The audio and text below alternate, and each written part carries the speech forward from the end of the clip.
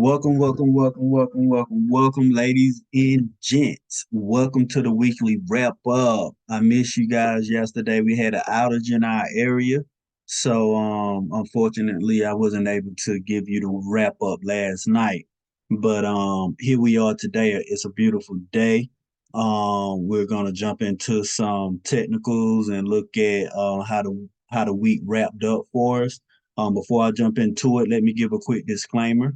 This is not financial advice. Anything that I share during this analysis is for educational purposes only. I repeat, this is in no way financial advice. Any and everything that I share throughout this analysis is for educational purposes only. Cool beans? Cool beans. Well, with that being said, let's go back to Wednesday night. I have posted Wednesday night's analysis. You can go check that out on the YouTube and see exactly what I told my private group I was expecting out of the markets. So you get a treat today because I am going to post this on time today for the public for free on the YouTube channel. So uh enjoy this present. So with that being said, Wednesday night price was here and we opened up down here, right? I told the team that I wanted to see one or two things. I wanted to see us respect this daily fair value gap, not break below or close below the 50% mark of that daily fair value gap, right? Or I either wanted to see price break below the lower level of this daily fair value gap, close below it, um, and continue to push lower. So those were the two scenarios that I gave the team Wednesday night. Either respect and continue higher or a break and close below and continue lower. Now you know that my overall bias is to the downside for the dollar long term, right? But I do have to respect price action and order flow, right? It doesn't matter what I want to see or what I expect to see or what you as a trader and a technical analyst expects to see out of the market. Those are all assumptions that we're making. They're calculated risk at the end of the day. And at the end of the day, none of us know for certain what the market is going to do because if we did, we all be trillionaires. Let's just keep it real. So, with that being said, there's always a if this then that scenario when it comes to price action and order flow. Simple as that. So, with that being said, we did get the first option. Price did respect the daily fair value gap, did not break below or close below consequent encroachment, aka the 50% mark of this daily fair value gap.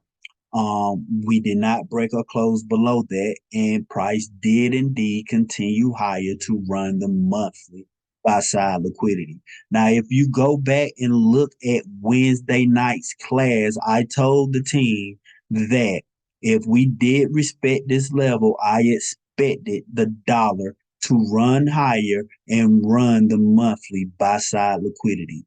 And I told you guys, I told them that if we did break and close above that monthly buy side liquidity, I do not see the market makers or the manipulators or the institutions, whoever you want to call the guys who control it all. I told you guys that I don't see them leaving um, this daily volume imbalance, right? As coined by Michael Huddleston, right? And the volume imbalance is when you see two wicks uh, running through each other, but not a body of a candle, right? So you see this wick, they run through each other, but no body. That is a volume imbalance, right?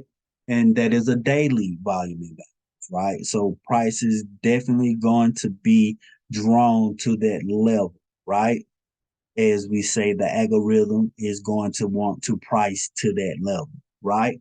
So that's why I said that on Wednesday night's call. If we did respect this daily fair value gap, that I expected us to run the monthly buy side liquidity, and I don't see the algorithm leaving this daily volume imbalance intact. We're gonna want to. The algorithm is gonna want to price to that level. Cool beans? Cool beans. So with that being said, for the pre-week analysis going into the new trading week, this upcoming trading week, I do expect us to be on the bullish side for DXY. Whether we start out bearish as a pullback back down to this breaker, right? This low, high, lower low, higher high, right? This is a daily breaker. I whether we open up, pull back down to retest it and continue higher, right? We might not pull all the way back down. I don't want to see it pull all the way back down here if we're going to continue higher. I would like to see it pull back down into this wick of this down candle here from Wednesday, right? I would like to see it pull back down into there, not go below 50% of that wick, right? And then continue higher, right? Or if we open up and just run straight up into that volume imbalance. Those are my two scenarios. Those are my two scenarios that I'm looking to play out for the new trading week, right? Either we open up, pull back down into this wick, right, and continue higher, or we open up and just run straight up into this daily volume imbalance. Cool beans? Cool beans. And then once we do run into this volume imbalance, we will deal with that when that time gets here. Cool beans. Cool beans. So looking at Euro USD, I told you guys that I did want to see us continue high, as I wanted to see the dollar continue low. But as you see, we could not break and close back above the monthly PD array levels, which means that price wants to price lower. And I told you guys that if we did not break above these monthly PD arrays, right, in the daily respected, the in DXY respected that daily fair value gap, right, that I wanted to see us go lower for Euro USD, right? Targeting what? This swing low and possibly this monthly sell side liquidity one more game. One more time for the mind. So yeah, that is if the dollar continue higher, then I would like to see Euro USD and currencies extend lower, right? Same thing with GBP USD. If you go back and look at Wednesday night's call, I told the team that if we respected this consequent encroachment, did not break and close back above the upper level of this daily inversion fair value gap, right? That I expected us to run this swing low, right? I didn't say I wanted to see us run this low. I said I expected us to run this swing low here from this candle, this swing low, because on Wednesday, that is what the market looked at like, right? Wednesday night, right? And I said if we did not break and close back above this daily fair value gap, that I expected us to run that swing low. And well, you see what happened. Boom. Ran it the next day on Thursday. So that being said, we're back down here to our original entry from the 14th of February when where I wanted us to run the monthly buy side liquidity from. So that would complete that cycle, right? Now we have to see how the markets open up for this upcoming trading week. Does the dollar continue higher? Or does it reverse from where it's at and runs lower? I think it continues higher to run for that daily volume imbalance that I pointed out a few moments ago. And I think this causes the pound to extend lower to come back down and run this monthly sell side liquidity? Well, first, these swing lows right here, right? Fairly equal lows, right? Run that and then reach down and run that monthly sell side. And then we'll deal with that when price gets there. Cool bean. So anticipate a pull back up into this daily candles premium price, which should be around these monthly PD arrays that we just pushed back through, right? And look for price to find a resistance in those levels, in those areas around those PD arrays to continue to run lower. We break back above those PD arrays, then I expect price to push up into Thursday's premium price level. Simple as that. It's like following a trend. The trend is your friend. So just pay attention to which way price is trending in and get on side. Simple as that. NQ, I'm sorry, NZD. I want to see us run this. I want to see us reach down into this imbalance, run this sell side liquidity, aka this swing low, right? That is what I want to see. We did not break back higher off of the monthly sell side liquidity, and we did not respect this inverted weekly fair value gap, right? Broke through it. So yeah, I expect this. I don't know. I want to see how we open up. If we open up and price shoots up like a rocket off this lower level, then we could still be in play for the upside move. But yeah, we just have to see how price open up for NZD Cool beans, cool beans. Um, but from our original entry with currencies, right? From mid-February, from February the 14th, where we took our original entries from on currencies. I know a lot of people that did good off of these analysis. Our chief fundamentalist being one of them, Carmen. She definitely ate off of Euro USD. She definitely rolled this whole move up for over 200 pips. So shout outs to Carmen. Shout outs to the unicorn. Who beans.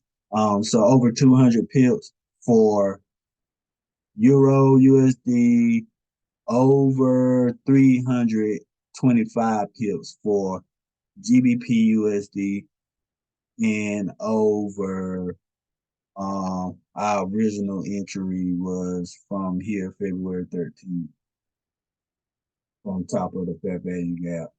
And we ran up for over 150 pips for NZD USD. So total, well over 600 pips total between all our currency pairs that we trade, which I think is pretty damn good if you ask me. So with that being said, looking at futures, um,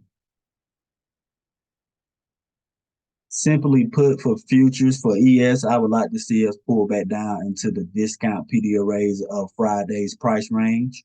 I'm sorry, of Wednesday's price range from last week. I would like to see us pull back down into the daily discount PD arrays for Wednesday's price range. Cool beans? Keep that simple, keep that simple. And same thing for NQ. I would like to see us pull back down into Wednesday's discount PD arrays, daily discount PD arrays. Cool beans. Now we might run up one more time to run this weekly buy side liquidity. Let me label that right quick. To run this weekly buy side liquidity one more time, right? But I don't want to see that. I would like to see us just go ahead and run lower to this daily PD array, discount PD array, and deal with that rather us run higher, um, and then come lower, right? Because if we go down to the hourly time frame, if we go down to the hourly time frame, we already seen this placement, right? Price swung back up into that imbalance right here, right? So we should just run lower. There's no need to go that high, right? Because we already created it here, right? We ran it here, right? The lower. Now we could run it one more time for what we call, or what Michael Huddleston calls the turtle soup. But I would like to see us go ahead and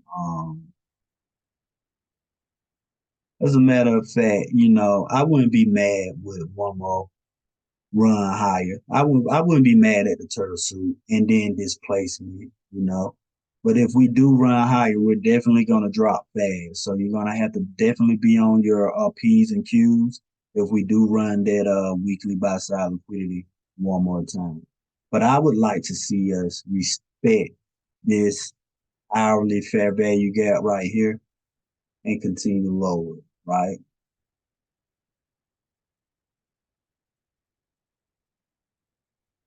That's what I would like to see. So with that being said, that will conclude the weekly wrap up, ladies and gentlemen.